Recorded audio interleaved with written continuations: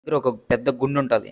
ఆ గుండొచ్చేసి ఒకప్పుడు పెళ్లి చేసుకున్నోళ్ళొచ్చేసి మగోళ్ళు ఆ గుండెత్తాలంట. అక్కడొక అవ్వయితే ఉన్నింది. ఆ అవ్వనైతే డీటెయిల్స్ అడిగినా. ఆమెకు తెలిసింది ఆమె చెప్పింది. నా పెళ్ళి 60 ఏళ్ళు అప్పటి నుంచి. 60 ఏండ్లయిందా? ఈ ప్రదేశం అంతా 101 శివలింగాలతో కప్పబడిపోయి ఉండింది. హాయ్! Hello friends. నేనైతే ఈరోజు కడప జిల్లా జ్యోతి గ్రామంకైతే వచ్చాను. ఎందుకంటే జ్యోతిలో ఒక పురాతనమైన దేవాలయం ఉంది. దాన్ని చూడ్డానికైతే వెళ్తున్నా. ఇదొచ్చేసి జ్యోతి గ్రామం. చూడండి పల్లెటూరు ఎంత బాగుందో. ఇప్పుడొచ్చేసి అక్కడ ఒక గుడి కనపడుతుంది గదా! దాని దగ్గర ఒక పెద్ద గుండుంటది. ఆ గుండొచ్చేసి ఒకప్పుడు పెళ్లి చేసుకున్నోళ్ళొచ్చేసి మగోళ్ళు ఆ గుండెత్తాలంట. దాని గురించి ఏదో చరిత్ర ఉంది. మనకు గూడా పెద్దగా తెలీదు. అది ఆ గుండు. ఇంగ ఇక్కడి నుంచి ఇట్ట మనం స్ట్రెయిట్ పోతే జ్యోతి టెంపుల్‌కైతే అదే శివాలయంకైతే చేరుకోవచ్చు మనం. ఇట్లాగే ఎళ్తా ఉండాలా. ఒకసారి పల్లెటూర్లు చూడండి ఎంత బాగున్నాయో. సంక్రాంతి ఇలాంటి ఫెస్టివల్స్ వచ్చినాయనుకో ఈ పల్లెటూరుల్లో చాలా అంటే చాలా హ్యాపీగా ఉంటది. అంటే అదొక మెమోరీ. ప్రతి ఇయరు మనకు గుర్తొస్తానే ఉంటాయి. పల్లెటూరులో సంక్రాంతి సెలబ్రేషన్ చేసుకుంటే. ఒకసారి ఎవరైనా సిటీలో ఉండేవాళ్ళు పల్లెటూరులో మీ బంధువులు ఈళ్ళెవరైనా ఉంటే వచ్చి ఒకసారి మీరు కూడా ఆ ఫీల్ ఎంజాయ్ చేయండి. సూపర్‌గుంటది.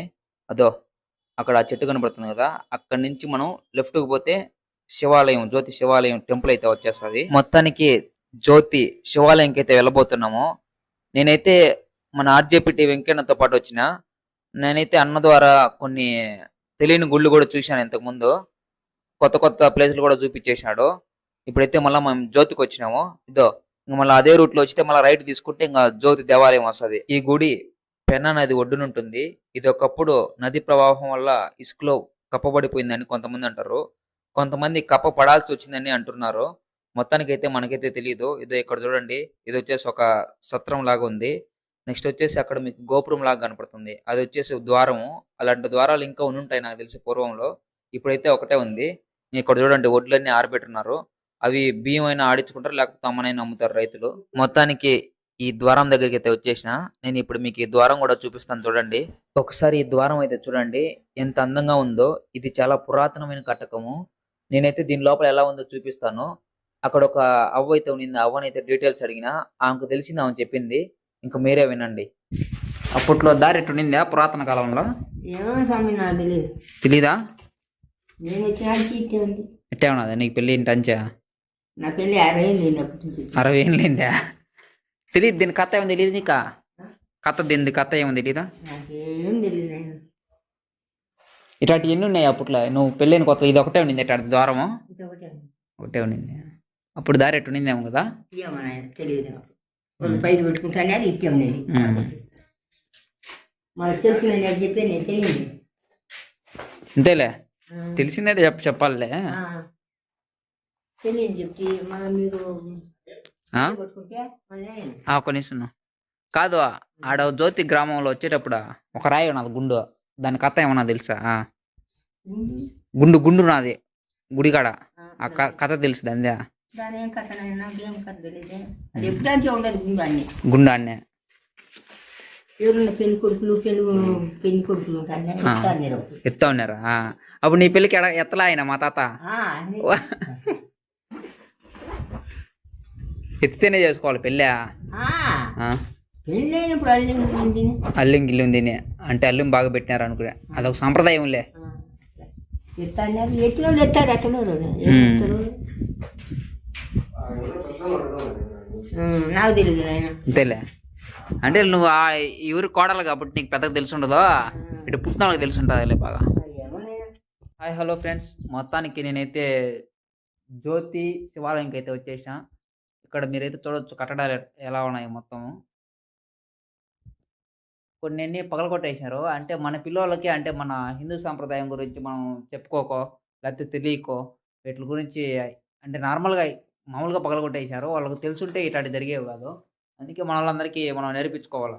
మన హిందూ సాంప్రదాయం గురించి మన హిస్టరీ గురించి మనం తెలుసుకోవాలా. ఇదిగోండి చూడండి. ఇక్కడైతే అంతా డిజైన్ మొత్తం పగలగొట్టున్నారు.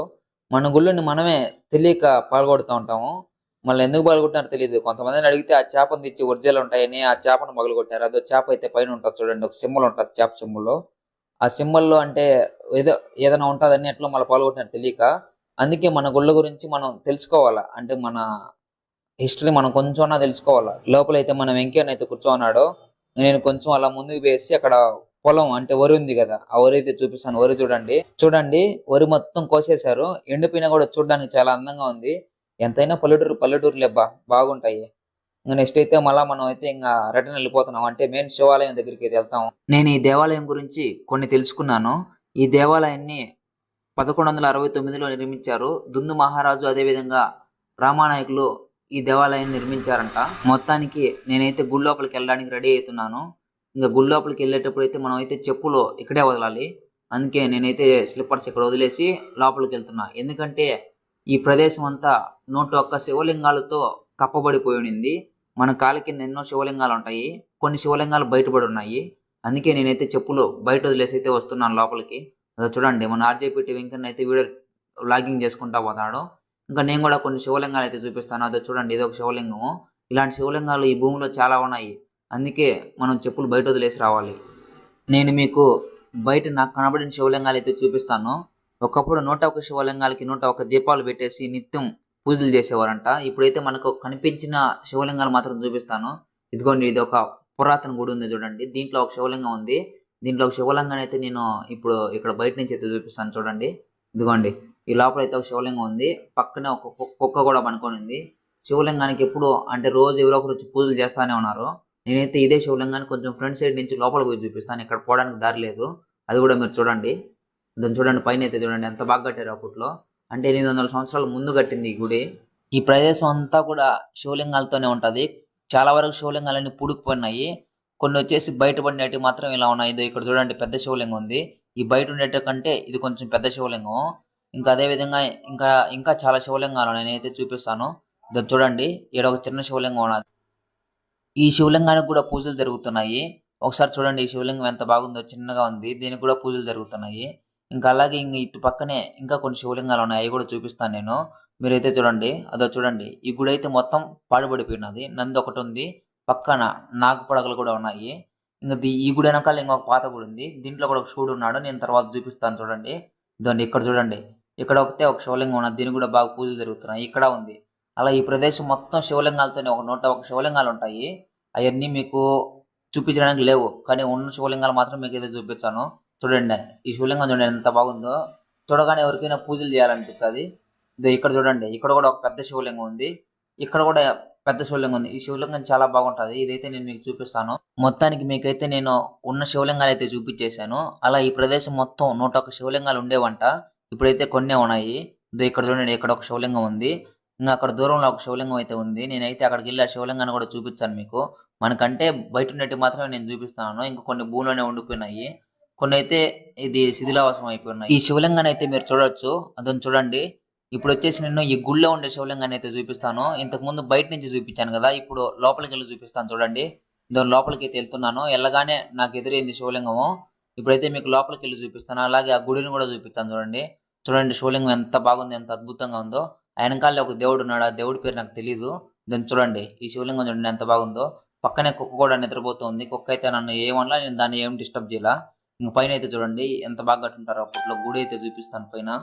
దాన్ని చూడండి, ఈ శివలింగాన్ని. దాని పైన చూడండి ఒకసారి, ఇదో గుడి. అంటే ఇప్పుడు లోపల అంతా ఎంత బాగుందో చూడండి. ఇప్పుడు కట్టే గుళ్ళు అయితే ఇలా ఉండవు. ఇది ఒకప్పుడు కట్టిన గుడి కాబట్టి ఇంత బాగా నీట్గా ఉంది. దాన్ని చూడండి. మొత్తానికి అయితే మనం అయితే ఈ శివలింగాన్ని చూసేసాము. మొత్తానికి చూశారు కదా ఎంత పాతబడి ఉందో గుడి. ఇక్కడ చూడండి 2 శివలింగాలు అయితే ఉన్నాయి. ఇప్పుడు నేను మీకు ఒక అద్భుతమైన శివలింగాన్ని అయితే చూపిస్తాను చూడండి. నేనైతే ఆ శివలింగం దగ్గరికి వెళ్తున్నాను. నాకైతే కింద కంపలు గుర్చుకుంటూ ఉన్నాయి. మొత్తానికి అయితే ఈ శివలింగం దగ్గరికి అయితే వచ్చేసాను. ఈ శివలింగం చూడండి ఎంత అద్భుతంగా, అంటే చూడడానికి చాలా అందంగా ఉంది ఈ శివలింగం. ఈ శివలింగానికి వచ్చేసి ఇట్నే నేచురల్ అయితే వదిలేస్తున్నారు. దీనికైతే పైన ఏదైనా కట్టుంటే బాగుండు. ఇప్పుడు వచ్చేసి నేను మీకు మెయిన్ శివుని గుడి అయితే చూపించాను చూడండి. ఆ వెనకాల ఉండేది శివుడి గుడి. దాంట్లో అయితే మెయిన్ శివలింగం అయితే ఉంది. ఇంకో శివలింగాన్ని అయితే చూపిస్తాను చూడండి. దీని లోపల అయితే ఇంకో శివలింగం అయితే ఉంది. మొత్తానికి అయితే దీని లోపలికి వెళ్తున్నాను. దీని లోపల అయితే మొత్తం చీకటిగా అయితే ఉంది. దాన్ని ఇక్కడైతే బయట ఒక శివలింగం ఉంది. ఈ బయట అయితే ఈ శివలింగాన్ని అయితే మీరు చూడొచ్చు. అదేవిధంగా ఇక్కడ కొన్ని శివలింగాలు ఉన్నాయి. ఇంకా నేనైతే లోపలికి అయితే వెళ్తున్నాను. నాకైతే కొంచెం భయం వేసింది, కానీ ఎలాగో లోపలికి అయితే వెళ్తున్నాను. మొత్తానికి లోపలికి అయితే వచ్చేసిన. ఇంకా శివుడికి అయితే దండం పెట్టుకొని మళ్ళీ వెంటనే బయటకు అయితే వచ్చేస్తున్నాను. ఇంత పెద్ద గుడి ఇసుకతో కప్పబడిపోయి ఉండింది. ఒక 15 సంవత్సరాల క్రితం ఈ గుడిని బయటకు తీశారంట. నాకైతే కాళ్ళు అయితే చెరచెర కాలిపోతున్నాయి, మంచి ఎండకు వచ్చినాము. ఇక్కడైతే చూడండి ఒక శివలింగం అయితే ఉంది. మొత్తానికైతే నేను ఇంకో అంటే ఇదైతే ఈ గుడి పూర్తిగా పాడుపడిపోయింది. దీంట్లోకైతే పోవడానికి లేదు. అందుకే మేమైతే బయట నుంచి అయితే చూసుకుంటున్నాము. లోపలికైతే పోవడానికి లేదు. కానీ లోపల ఎలా వెళ్ళినారో అయితే పూజ అయితే చేస్తున్నారు. దాన్ని పూజ అయితే చేస్తున్నారు. ఇప్పుడు మేము వెళ్ళడానికి అయితే లేదు. అదైతే అడ్డం పెట్టేస్తున్నారు. చూడండి లోపల కూడా పూజ చేస్తున్నారు. దాని లోపలికి పోవాలంటే కొంచెం ఆ బండ అదంతా తీసేసి వెళ్ళాలా. అందుకనే నేను లోపలికైతే వెళ్ళలేదు. మొత్తానికైతే మెయిన్ శివుడు ఉండేది ఈ శివాలయంలోనే. మొత్తానికి నేనైతే ఈ శివాలయంలోకి వెళ్తున్నాను చూడండి. ముందు పక్క అయితే వెంకయ్యని అయితే వెళ్తున్నాడు. నేనైతే అన్ననైతే ఫాలో అవుతున్నాను. మొత్తానికి ఇది గుడి బయట నుంచి వ్యూ మొత్తం ఇలా ఉంటుంది. ఇప్పుడైతే మనం అయితే లోపలికి వెళ్తున్నాము. లోపల ఎలా ఉంటుందో మీరైతే చూడొచ్చు. మొత్తానికి లోపలికి అయితే వచ్చేస్తున్నాము. లోపలంతా మబ్బుగా ఉంది. కొంతమంది అయ్యప్ప స్వాములు ఇక్కడే ఈ గుళ్ళోనే ఉండేటట్టున్నారు. మొత్తానికి అయితే గుళ్ళకి అయితే వచ్చేసినాము. ఈ రాతి స్తంభాలు చూడండి. ఈ రాతి స్తంభాలు మొత్తం 36 ఉన్నాయంట. ఇదైతే రాతి స్తంభంలో అప్పుడు ఎలా కట్టారో ఏమో కానీ చాలా స్ట్రాంగ్ అయితే కట్టారు. ఇంక నేనైతే మొత్తానికి గుడి లోపలికి అయితే వెళ్ళబోతున్నాను. మీరైతే చూడొచ్చు.